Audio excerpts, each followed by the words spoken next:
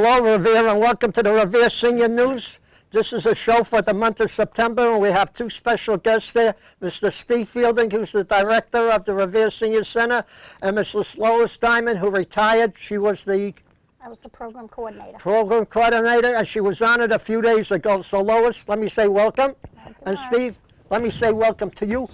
And you start off, you've got some important news for the seniors, so take it away. This is important news regarding Medicare. So I want to tell people not to ignore Medicare mail that they may be receiving shortly, because it's that time of year, open enrollment. So if you have a Medicare prescription drug plan or a Medicare Advantage plan, which is an HMO or a PPO, you should expect information from your plan by the end of September. The information is important because it explains changes to your plan for 2017. So during the Medicare open enrollment period, which is October 15th through December 7th, you will have a chance to change your plan for next year.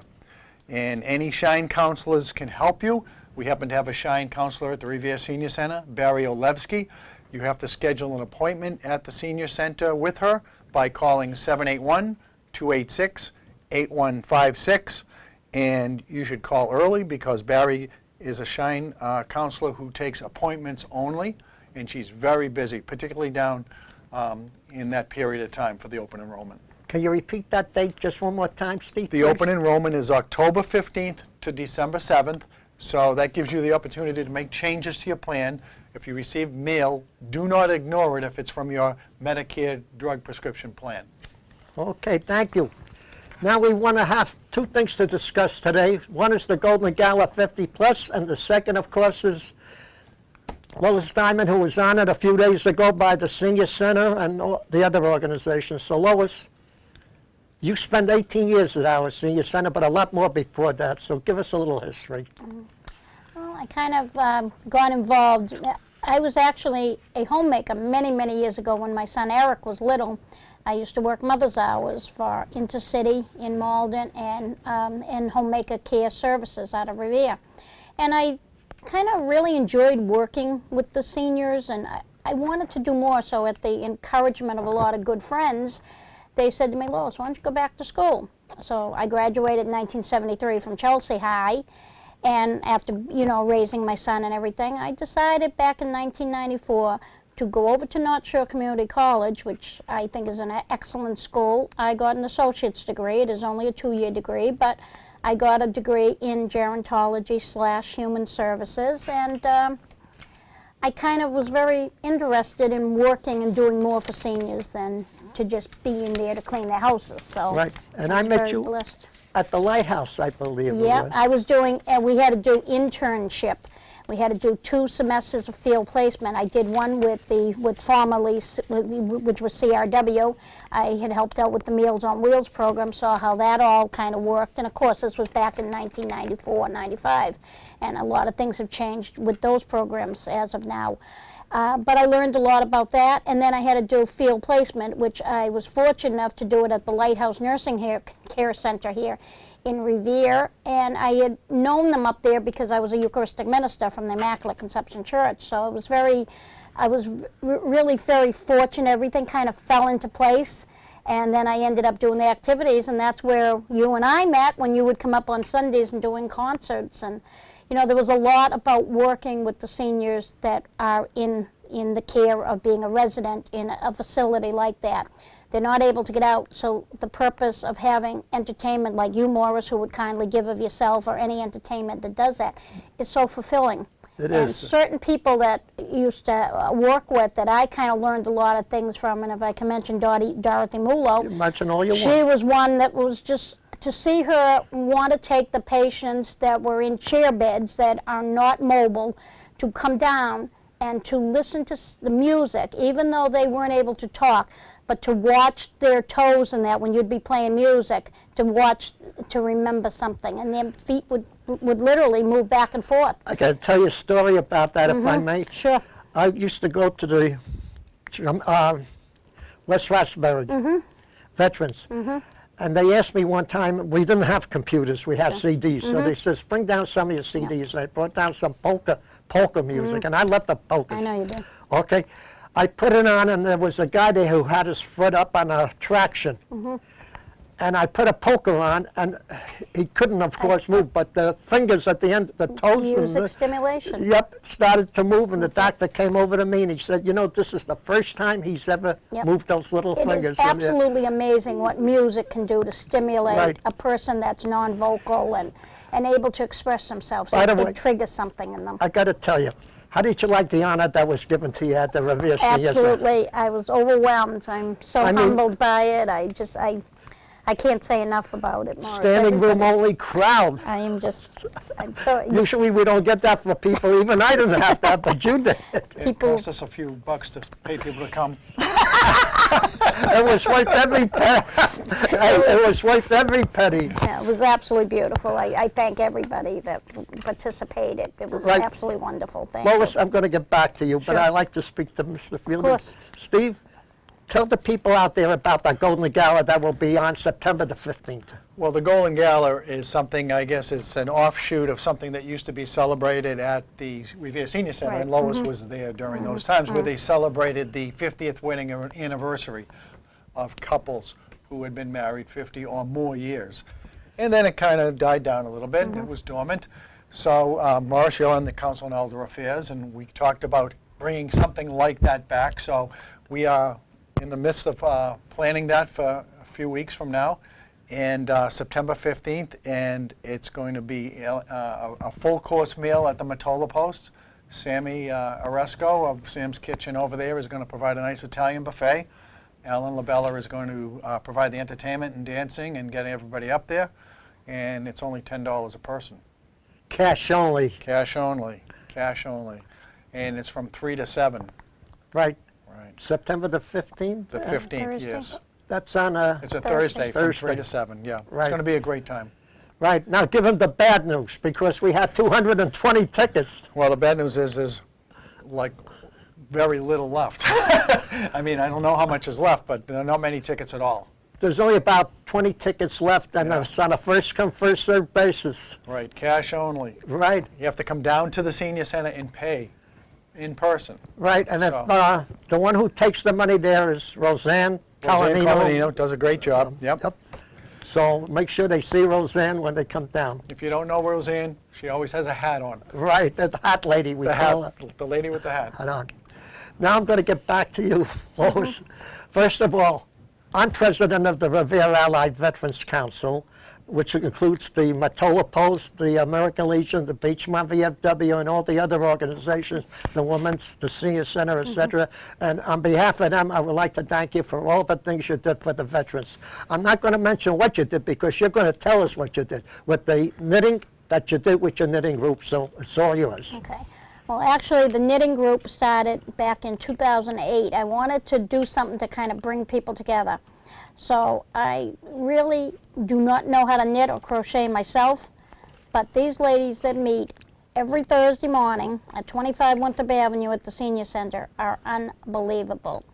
Unfortunately, we've lost several because they are seniors and that, but we keep trying to keep the group going. It's really important, and to see these seniors come, talk, enjoy, and socialize. For an hour and a half, they're having a really good time. And if you don't know how to sew, knit, crochet, any of that, you can come to the center.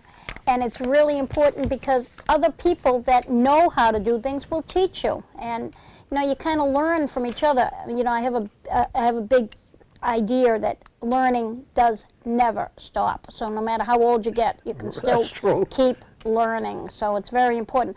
But they also make, we've made blankets for the soldiers' home. We've made lap robes for the soldiers' home in conjunction with the veterans and the, you know, and the veterans director. And Nick Boer. overseas, don't forget to mention. Overseas, we make the helmet hats. Those are for the people in the military that are out there fighting. It's very cold in Afghanistan and in those countries that they're fighting. And what we do underneath their hats, they wear a dark-colored a knitted cap under the helmets. You don't want to do a bright orange or a yellow because you're going to be seen. But dark colors is what we put under the soldiers' hats. And again, that's in conjunction with the Veterans Department here in Revere. And you also done them for NATO, I believe? Yeah, we've done the neonatal unit. We've done them for the Mass General. And Rosemary Aganetta, who is our ceramic teacher on Wednesday, still continues to pick up baby hats for us, the baby bonnets. They're for the children who are receiving chemo treatment at the at Dana-Farber, and she also distributes them to the Boston Guild. So these hats, you know, I hope this group continues, because I still want to be a part and come in and pick up things. We also make, we've done it for the last 3 or 4 years now. We do things for St. Anthony's Shrine in Boston, 100 Arch Street. We make scarves and hats for their kids program. And last year we distributed over 100 hats and scarf sets made by our ladies. And I bring them into the shrine, and I give them to the food center, and they're distributed for children. And you know, it's good. nice to have a homemade item. It means a lot. Oh, and yeah. these ladies that take the time to come up there and do this program, I just can't say enough about them. Right, and if people would like to donate, you could always use We donations. always use yarn. Tell them what they would like you to bring in, if you could. Any type of yarn that would be good. Naturally, we don't like wool so much in that, but any type of yarn is fine. We definitely love dark colored yarn, because that's what we use for the helmet hats. But any type of yarn is more than appreciated. It really is. And you know, it's a big help, because yarn is very expensive, and it's also hard to get now. Many of the stores, they don't sell yarn the way. It's kind of like a craft that's kind of, you know, being not as prominent. And we want to keep things going. You want to keep things Right. going. So we definitely take donations of I yarn. would like to say one thing. You know what I like about the month of September, Lois? What? Because the following month is October, and you know what October is? Oktoberfest. Oktoberfest, yeah. And I okay. love that You like music. You like that, that's I right. understand you German. barely make it through. Yeah. That was the Umpapa. The booba, yep. So, you know, if there are any German people out there, come on down in October, come on down in September. We'll play your Umpapa music. Steve, what else have we got coming up? Well, I'd like to just kind of segue back to Lois for a second. Go ahead. Because it was about 2 years ago that she approached me to start a new kind of group, and I think it's important that people realize what we offer because of her. Obviously, she went through a process herself, but she wanted to initiate a grieving group at this senior center, and I believe it's the only one in the city, right? I believe so, yeah. And so Lois began a grieving group for those who have lost somebody, and it's a group that welcomes anybody who may even just want to sit there and listen to people talk. You don't even have to say anything. And she put her heart and soul into it, because she buys candles, she buys prayer cards, she buys poetry. She has nice soothing music, and it's a way for people to express themselves whatever way they want, and there's no pressure on them. And because of Lois, a lot of people have benefited from the grieving group, and I hope that you continue to do that, you know, I'd like to. now that you're retired, and you can give more time to this grieving group and prepare even better, because you've done a great job. Thank you. Lois, if you don't get too emotional, could you give us a little about the picture you brought up there, Yes, please? yeah, well, this picture is a picture of my son, Eric, and my son passed away in 2012. How old was he? He was 29, and Mine was 2 years older. I know, Barry, I know. And it was a very tough time when I lost my son. And yet, I do have a strong faith, and I'm definitely a practicing Catholic, and I have faith that I'm going to see my son again. I have faith that he's with me every minute. I have faith that he was with me the day we had the wonderful retirement party at the center for me. He was right there, and he is right there with me. I was very, very much helped by, again, St. Anthony's Shrine. They have a ministry over there that's called the Emmaus Ministry, and that ministry helps people that have lost their children, no matter the age, no matter the cause, no matter the reason. Loss is loss, and the loss of a child is very, very, very devastating for everybody in a family. I attended several of their retreats over there. They also had a grieving group that went for 5 weeks with a wonderful friar, Father Joe Quinn. And I learned a lot. And I think one of the most important things when you lose somebody is not to lose the hope that that person is still with you.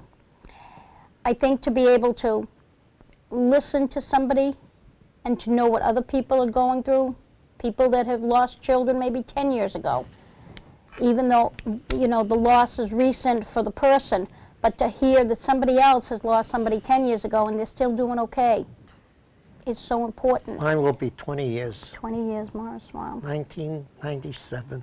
March 1st was going to be 5 years for my son. So I still can't believe it's 5 years. Boy, does time fly, huh? Yep, and you and so many of my great seniors, were to see people come into the wake for my son. I will never forget that, to see my seniors coming in with walkers, coming in to see me and to honor my son at Ralph Fatuccio's. I will never forget that. The fundraiser that they had at the Moose Club. I mean, to see just so many people, Al Terminello, his daughter Jennifer, you before you were actually my boss, Steve, because we've known each other on a personal level through the church. And, you know, it was really wonderful. And all of that was just in support of me. And that's why I think support is one of the biggest things. That's what is getting me through a lot of these days, is the support that I find. So I kind of wanted to do something, and I felt comfortable. I'm still going through spiritual director. I have a spiritual director that I see once a month, and we talk about things that are going on and how I'm going in my journey and how I'm going on. And that's something that's really important to me. So when I had approached Steve about doing this, I really thought it would be a big help to do this in the community, because there really isn't a group going on right in Revere. And again, it's a once a month group that we meet, and we just sit, we talk, we share, we listen. It's open to, if you've lost a child, you can certainly come. If you've lost a spouse, to me, loss is loss. And you could even have loss of a job. That would still be a grieving process. So whatever you might be going through, you could feel comfortable to come and to just listen to what other people are doing. And like I said, I'm very, very blessed, because I have had the help of St. Anthony Shrine. And, you know, they've been there for me, the Friars, the Brothers. I was accepted into their Spiritual Direction Certificate program, which is a 2-year program. I'm just so happy to be involved in that. So I'm not just somebody coming off the street doing this. I'm somebody that has been there on that journey of loss. And again, my son, I believe, is with me. And I believe all our loved ones are with us. Right, Lo. Thank you. Morris. Steve, I'd like to ask you a question. Last month we had a barbecue that you started outside. What future things? You could tell us how you got involved in that, but what you're looking for in the future coming up. Well, there's an interesting thing is I'm trying to bring some more cultural activities to the senior center, and I've been in touch with the Powers Music School in Belmont, and they're actually already scheduled to come down, a teacher and 3 students, and they play the cello and violins, and they're going to give us a concert. So that's something that's really interesting. And is there going to be like a little classical music there? it's definitely classical music. Definitely. They're a nonprofit organization, but they also entertain at various assisted living centers and senior centers. Obviously, you know, we have our monthly entertainment, and one of the things that I actually am trying to promote is to have seniors appreciate the arts a little bit more. You remember we had the group from Jazz to Hip Hop Music and Education group from Randolph just before they departed for Disney World. They came and the kids danced and they played instruments, and they were just fantastic. That was something different, and I really didn't know how our seniors would react to that, because they like the vocalists, they like their own songs, the Sinatra songs and Neil Diamond and that kind of thing. These kids did a show from jazz to hip hop, but they danced, as you know, to the Motown music, to the disco music. They actually played the Godfather theme, Yep. you know, with their instruments, and they were great. So I want to try to bring a little bit more of that kind of music to the senior center, and with the Powers Music School, I think that's the start of it. That would be good. Yeah. Can I mention another thing that Lois initiated? Go right ahead. You know, since we've been I working got one together. thing too, but you Okay, first. I know we got time. No, go ahead, we've got plenty of time. One of the things that we tried to bring as new programs, and sitting and talking to Lois, we came up with an idea for a book club. And the senior book club has taken off, and it's doing a great job with the assistance of Janice Van Hoekelman from the library, Revere Library, and Kevin Sheehan, allowing her to bring over books. And Lois has led this group for the last several months. And they read the books, they discuss them, they have coffee and cake and that kind of thing, and they bring in some insightful knowledge about their feelings about the book. That's great. That's taken off pretty well. What I would like to say is for the old folks like myself out there, the real seniors, there are 60-year-old seniors, 70, 80, 90, so I call them freshman, sophomore, junior, and real seniors up there. You used to be a computer teacher at the school, and thanks to you, it got me hooked onto this, and now I'm not hooked onto it, I'm addicted to it, Yeah, okay? but you actually know more than I do sometimes. No, Yes, you do. but let me You're tell you, amazing. You're the reason amazing. I brought that up is you said you were going to get some kids to come down.